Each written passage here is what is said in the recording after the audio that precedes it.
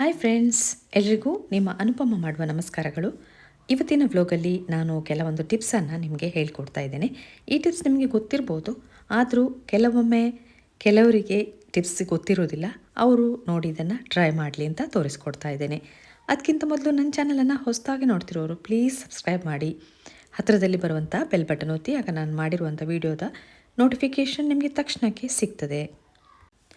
ಈ ವ್ಲಾಗಲ್ಲಿ ನಾನು ಮುಖ್ಯವಾಗಿ ಕರಿಬೇವನ್ನು ನೀವು ತಿಂಗಳಾನುಗಟ್ಟಲೆ ಹಾಳಾಗದಂತೆ, ಅಂದರೆ ಕೆಡದಂತೆ ಯಾವ ರೀತಿ ಸ್ಟೋರ್ ಮಾಡ್ಬೋದು ಎಂಬುದನ್ನು ತೋರಿಸ್ಕೊಳ್ತಿದ್ದೇನೆ. ಅದು ಮಾತ್ರ ಅಲ್ಲ, ಬೇರೆ ಟಿಪ್ಸ್ ಕೂಡ ಇಲ್ಲಿ ಹೇಳ್ತಾ ಇದ್ದೇನೆ. ಇದು ನಮ್ಮ ಮನೆಯಲ್ಲೇ ಆಗಿರುವಂತಹ ಕರಿಬೇವು. ನೀವು ನೋಡ್ತಾ ಇರ್ಬೋದು, ಅಡುಗೆ ಮಾಡ್ತಿರುವಾಗ ಓಡಿ ಹೋಗಿ ತಗೊಂಡು ಬರಲಿಕ್ಕೆ ಕಷ್ಟ ಆಗ್ತದೆ, ಅದಕ್ಕಾಗಿ ನಾನು ಇದನ್ನು ಸ್ಟೋರ್ ಮಾಡ್ತಾ ಇದ್ದೇನೆ. ನೀವು ಮಾರ್ಕೆಟಲ್ಲಿ ತರುವಂತಹ ಕರಿಬೇವಿಗೆ ಹೆಚ್ಚು ಸ್ಪ್ರೇಯನ್ನು ಹೊಡಿತಾರೆ. ಆದ್ದರಿಂದ ಒಂದು ಚಿಕ್ಕ ಗಿಡವನ್ನು ನೀವು ಪಾಟಲ್ಲಿ ಆದರೂ ಹಾಕಿ, ಗಾರ್ಡನ್ನಲ್ಲಾದರೂ ಹಾಕಿ, ಅರ್ಜೆಂಟಿಗೆ ಯೂಸ್ ಆಗ್ತದೆ.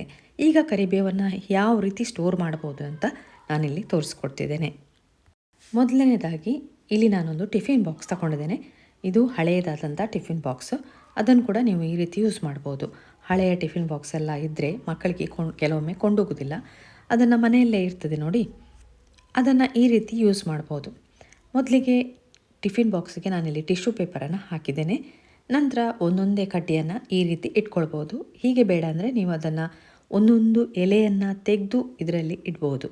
ನೋಡಿ, ಈ ಥರ ಇಟ್ಕೊಂಡ್ರೂ ಆಗ್ತದೆ. ಇದು ನಿಮಗೆ 1 ವಾರದವರೆಗೆ ಆರಾಮವಾಗಿ ಸ್ಟೋರ್ ಮಾಡ್ಬೋದು. ಮೇಲ್ಗಡೆ ಇನ್ನೊಂದು ಟಿಶ್ಯೂ ಪೇಪರ್ ಹಾಕಿ ಮುಚ್ಚಳವನ್ನು ಮುಚ್ಚಿಟ್ರೆ, ಇದನ್ನು ನೀವು ಫ್ರಿಜ್ಜಲ್ಲಿಟ್ಟರೆ 1 ವಾರದವರೆಗೆ ಆರಾಮವಾಗಿ ಯೂಸ್ ಮಾಡ್ಬೋದು.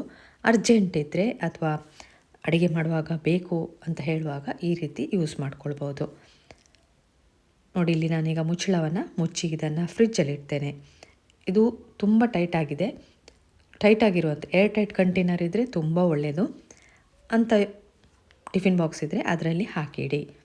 ಇನ್ನು ಎರಡನೇ ವಿಧಾನದಲ್ಲಿ ಯಾವ ರೀತಿ ಮಾಡ್ಬೋದು ನೋಡಿ. ಇದು ಗಾಜಿನ ಬಾಟ್ಲು. ನೀವು ಪ್ಲಾಸ್ಟಿಕ್ ಬಾಟ್ಲ್ ಇದ್ದರೆ ಅದನ್ನು ಕೂಡ ಯೂಸ್ ಮಾಡ್ಬೋದು. ಇಲ್ಲಿ ನಾನು ಗಾಜಿನ ಬಾಟ್ಲನ್ನೇ ಜಾಸ್ತಿ ಯೂಸ್ ಮಾಡ್ತೇನೆ. ಈಗ ಇದಕ್ಕೆ ಸ್ವಲ್ಪ ನೀರನ್ನು ಹಾಕಬೇಕು, ಚೂರು, ಅಂದರೆ ಒಂದು 4-5 ಸ್ಪೂನು ಅಷ್ಟೇ ನೀರನ್ನು ಹಾಕಿ, ಜಾಸ್ತಿ ಹಾಕಬೇಡಿ, ಕೊಳ್ತು ಹೋಗ್ಬೋದು ಎಲೆ ಎಲ್ಲ. ಈಗ ಹಾಕಿದ ನಂತರ ಇದರಲ್ಲಿ ಕೆಲವೊಂದು ಕಡ್ಡಿಗಳನ್ನು ಇಡಬೇಕು. ಅಂದರೆ ಕರಿಬೇವಿನ ಕಡ್ಡಿಯನ್ನು ನೋಡಿ ಈ ಥರ ನಾನು ಇಡ್ತೇನೆ. ಸ್ವಲ್ಪ ನೀರು ಅದಕ್ಕೆ ಹೇಳಿದರು, ಅದರ ಬುಡಕ್ಕೆ ಇದ್ದರೆ ಸಾಕಾಗ್ತದೆ, ಅಷ್ಟು ಮಾತ್ರ ನೀರಿರಲಿ. ಜಾಸ್ತಿ ಹಾಕಿದರೆ ಎಲೆಗಳೆಲ್ಲ ಕೊಳ್ತು ಮತ್ತು ನೀವು ಬಿಸಾಡಬೇಕಾಗ್ತದೆ. ಹಾಕಿದ ನಂತರ ನೋಡಿ, ಇದಕ್ಕೆ ಮುಚ್ಚಳವನ್ನು ಹಾಕಿ. ಇಲ್ಲಿ ನನಗೆ ಈ ಬಾಟ್ಲಿಗೆ ಮುಚ್ಚಳ ಹಾಳಾಗಿದೆ, ಅದಕ್ಕಾಗಿ ನಾನು ಈ ರೀತಿ ಆನ್ಲೈನಲ್ಲಿ ಪರ್ಚೇಸ್ ಮಾಡಿದ್ದು ಮುಚ್ಚಳವನ್ನು ಹಾಕ್ತೇನೆ. ಏನೂ ಆಗೋದಿಲ್ಲ, ಹಾಗೇ ಇರ್ತದೆ. ಆದರೆ ಒಂದು ಮಾತ್ರ ನೀವು ಅದನ್ನು, ಆ ನೀರನ್ನು 2 ದಿನಕ್ಕೊಮ್ಮೆ ಚೇಂಜ್ ಮಾಡಬೇಕು, ಇಲ್ಲಾಂದರೆ ವಾಸನೆ ಬರ್ತದೆ. ಇದನ್ನು ನೀವು ಹೊರಗಡೆನೇ ಇಡ್ಬೋದು, ಫ್ರಿಜ್ ಒಳಗೂ ಕೂಡ ಇಡ್ಬೋದು. ಹೊರಗಡೆ ಕೂಡ ಇಟ್ಟು ನೋಡಿ, ಏನಾಗೋದಿಲ್ಲ. ನೀರನ್ನು ಮಾತ್ರ 2 ದಿನಕ್ಕೆ ಚೇಂಜ್ ಮಾಡ್ತಾನೇ ಇರಿ. ಇದು ಕೂಡ ನೀವು ಅರ್ಜೆಂಟಿಗೆ ಯೂಸ್ ಆಗುವಂಥದ್ದು ಉಪಾಯ, ಅಂದರೆ ಟಿಪ್ಸ್ ಅಂತ ಹೇಳ್ಬೋದು. ನೋಡ್ಬೋದು, ನೀವು ಸ್ವಲ್ಪ ನೀರು ಹಾಕಿ ನೀವು ಅಡುಗೆ ಕೋಣೆಯಲ್ಲಿ ಇಟ್ಟರೆ ನಿಮಗೆ ಅಡುಗೆ ಮಾಡುವಾಗ ಕರಿಬೇವನ್ನು ತೆಗೆದು ಯೂಸ್ ಮಾಡ್ಬೋದು. ಇದನ್ನು ಕೂಡ ನೀವು ಟ್ರೈ ಮಾಡಿ ನೋಡಿ, ನಿಮಗೆ ತುಂಬ ಇಷ್ಟ ಆಗ್ತದೆ. ಇಷ್ಟ ಆದರೆ ಲೈಕ್ ಕೊಡಿ, ಕಮೆಂಟ್ ಹಾಕಿ, ಎಲ್ರಿಗೂ ಇದನ್ನು ಶೇರ್ ಮಾಡಿ. ಈಗ ನೆಕ್ಸ್ಟ್ ಟಿಪ್ಪನ್ನು ನೋಡುವ ಬನ್ನಿ. ಇಲ್ಲಿ ನಾನು ಗಾಜಿನ ಬಾಕ್ಸನ್ನು ತಗೊಂಡಿದ್ದೇನೆ. ನೀವು ಯಾವುದೇ ಪ್ಲಾಸ್ಟಿಕ್ ಬಾಕ್ಸನ್ನು ತಗೋಬೋದು, ಅಥವಾ ಟಿಫಿನ್ ಬಾಕ್ಸ್ ಆದರೂ ನಡೀತದೆ. ಅದಕ್ಕೆ ಎಲೆಗಳನ್ನೆಲ್ಲ ಬಿಡಿಸಿ ಹಾಕಿ. ಇದು ತುಂಬ ಸುಲಭ, ಯಾಕೆಂದರೆ ನಿಮಗೆ ಅಡುಗೆ ಮಾಡುವಾಗ ರಪ ತೆಗೆದು ಅಡುಗೆ ಮಾಡ್ಕೊಳ್ಳಿಕ್ಕೆ ಆಗ್ತದೆ.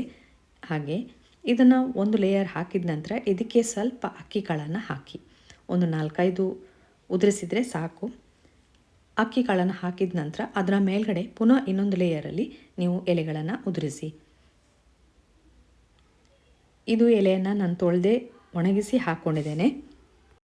ಬಟ್ಟೆಯಲ್ಲಿ ಇದನ್ನು ಒರೆಸಿ ಕೂಡ ನೀವು ಹಾಕ್ಕೋಬೋದು.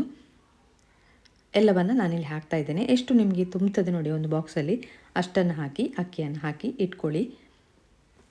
ಇದು ತುಂಬ, ಅಂದರೆ 1 ತಿಂಗಳವರೆಗೆ ಏನಾಗೋದಿಲ್ಲ, ಹಾಗೇ ಇರ್ತದೆ. ಅದರ ಮೇಲ್ಗಡೆ ಬೇಕಾದರೆ ನೀವು ಟಿಶ್ಯೂ ಪೇಪರನ್ನು ಹಾಕೋಬೋದು. ನೋಡಿ, ಇಲ್ಲಿ ನಾನು ಟಿಶ್ಯೂ ಪೇಪರನ್ನು ಹಾಕಿದ್ದೇನೆ, ಯಾಕಂದರೆ ಮೇಲ್ಗಡೆ ಸ್ವಲ್ಪ ಫ್ರಿಜ್ಜಲ್ಲಿಟ್ಟರೆ ನೀರಾಗಿರ್ತದೆ, ಟಿಶ್ಯೂ ಪೇಪರ್ ಎಲ್ಲ ಹೀರ್ಕೊಳ್ತದೆ ನೋಡಿ. ಅದಕ್ಕಾಗಿ ಇಲ್ಲಿ ನಾನು ಟಿಶ್ಯೂ ಪೇಪರನ್ನು ಹಾಕಿ ಮುಚ್ಚಿಟ್ಟು ಫ್ರಿಜ್ಜಲ್ಲಿ ಇಡ್ತಿದ್ದೇನೆ. ಬೇಕಾಗುವಾಗ ಇದನ್ನು ಯೂಸ್ ಮಾಡ್ಕೊಳ್ಬೋದು. ಈ ಟಿಪ್ಸನ್ನು ಕೂಡ ನೀವು ಒಮ್ಮೆ ಟ್ರೈ ಮಾಡಿ. ಹಾಗೆ ಇಷ್ಟ ಆದರೆ ಲೈಕ್ ಕೊಡಿ, ಕಮೆಂಟ್ ಹಾಕಿ, ಎಲ್ರಿಗೂ ಇದನ್ನು ಶೇರ್ ಮಾಡಿ.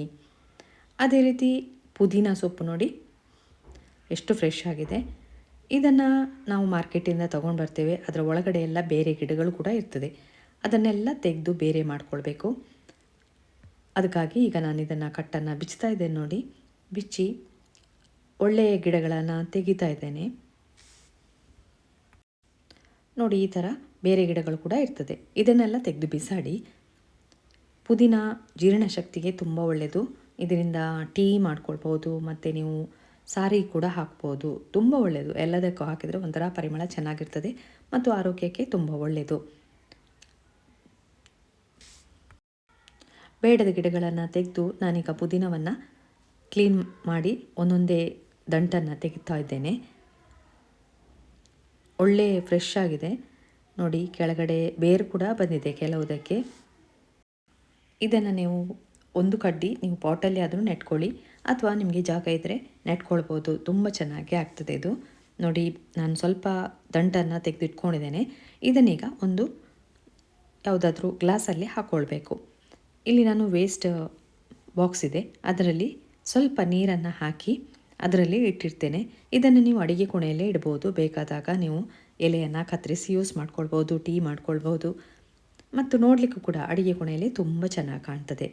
ಇದನ್ನು ನೀವು ಒಮ್ಮೆ ಟ್ರೈ ಮಾಡಿ, ಅಂದರೆ ಈ ಟಿಪ್ಸನ್ನು ಒಮ್ಮೆ ಟ್ರೈ ಮಾಡಿ. ನಿಮಗೆ ತುಂಬ ಇಷ್ಟ ಆಗ್ತದೆ.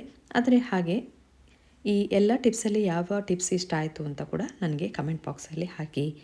ನೋಡಿ ಎಷ್ಟು ಚೆನ್ನಾಗಿ ಹಸಿರಾಗಿದೆ. ಇದನ್ನು ನಾನೀಗ ಅಡಿಗೆ ಕೋಣೆಯಲ್ಲೇ ಇಟ್ಟಿರ್ತೇನೆ. ದಿನಕ್ಕೆ 1-2 ದಿನಕ್ಕೊಮ್ಮೆ ನೀರನ್ನು ಚೇಂಜ್ ಮಾಡಿ, ಇಲ್ಲದಿದ್ದರೆ ಒಂಥರ ಸ್ಮೆಲ್ ಬರ್ತದೆ. ನೀರನ್ನು ಮಾತ್ರ ಚೇಂಜ್ ಮಾಡಲಿಕ್ಕೆ ಮರಿಬೇಡಿ. ಹಾಗೆ ಇಟ್ಟಲ್ಲಿ ಬೇರು ಕೂಡ ಬರ್ತದೆ, ಅದನ್ನು ನೀವು ನೆಟ್ಕೊಳ್ಬೋದು. ಹಾಗಾದರೆ ನೆಕ್ಸ್ಟ್ ಟಿಪ್ಪನ್ನು ನೋಡುವಲ್ಲ. ನೋಡಿ, ಕುಕ್ಕರಲ್ಲಿ ಬೇಳೆ ಬೇಯಿಸುವಾಗ ಇಡೀ ಗಲೀಜಾಗ್ತದೆ. ಅದಕ್ಕೊಂದು ಟಿಪ್ಸ್. ಇಲ್ಲಿ ನಾನು ಕುಕ್ಕರಲ್ಲಿ ಬೇಳೆಯನ್ನು ತೊಳೆದು ಇಟ್ಕೊಂಡಿದ್ದೇನೆ.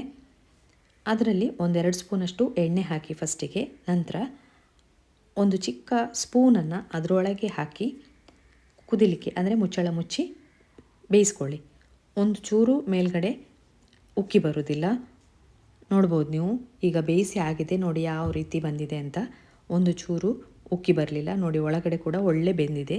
ಈಗ ಸ್ಪೂನನ್ನು ತೆಗೆದು ನೀವು ಇದನ್ನು ಯೂಸ್ ಮಾಡ್ಕೊಳ್ಬೋದು. ಈ ಎಲ್ಲ ಟಿಪ್ಸನ್ನು ಒಮ್ಮೆ ಟ್ರೈ ಮಾಡಿ.